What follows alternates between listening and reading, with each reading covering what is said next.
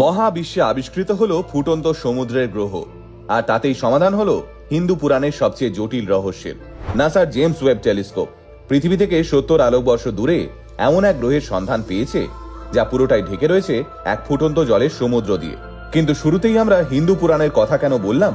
আসলে ভগবান শ্রীবিষ্ণুর বরাহ অবতারকে নিয়ে এতদিন বিস্তর হাসাহাসি করত সবাই, কারণ পুরাণ মতে অসুর হিরণ্যক্ষ যখন মহাবিশ্বের কোন এক গভীর সমুদ্রে গোটা পৃথিবীকে ডুবিয়ে দিয়েছিল, তখন শ্রীবিষ্ণুর বরাহ অবতারই পৃথিবীকে নিজের হাতে রক্ষা করেছিলেন। কিন্তু এতদিন সবাই বলতো মহাবিশ্বের সমুদ্র, এও আবার হয় নাকি? পৃথিবী ছাড়া কোথাও জলের অস্তিত্বই খুঁজে পাওয়া যায়নি আজ অব্দি। তাহলে পুরাণে বলা সবটাই গাঁজাখুরি গল্প? কিন্তু আজ থেকে কয়েক হাজার বছর আগে লেখা পুরাণের সেই গল্প কথাই 2024 সালে দাঁড়িয়ে সত্যি প্রমাণিত হলো এবার।